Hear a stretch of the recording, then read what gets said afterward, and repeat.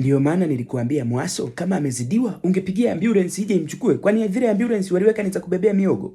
Hapana, ila nilitaka nikwambie na wewe kwanza. Sasa Mwaso unaniambia mimi ni Dr. Janabi? Hapana, sio Dr. Janabi. Usiniambie mimi habari za wagonjwa saizi. Niambiage habari zingine.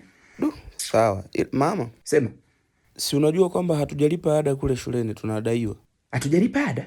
Ndio, hatujalipa ada. Si unajua Januari inatakiwa tuanze msimu. Yaani Mwaso sijakuelewa. Hatujalipa ada kivipi? Kivipi yani hatujalipa ada? Hatujalipa ada shuleni kule, yani muhula huu unavyoanza hatujalipa ada. Yaani Mwaso unavyosema hatujalipa ada, wewe na nani? Yaani mimi na wewe tunalipa ada? Si ada ya shuleni kwangu kule mama ndo ambayo hatujalipa au? Ndio maana nakuuliza Mwaso, wewe na mimi tunalipaga ada?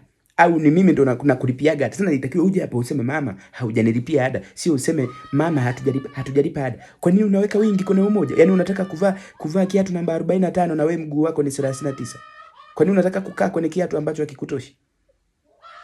Sema mama hujanilipia ada, sio mambo hatujalipa ada. Umelipa ada lini wewe? Mimi na wewe tulichangia ada. Samahani mama, hujanilipia ada.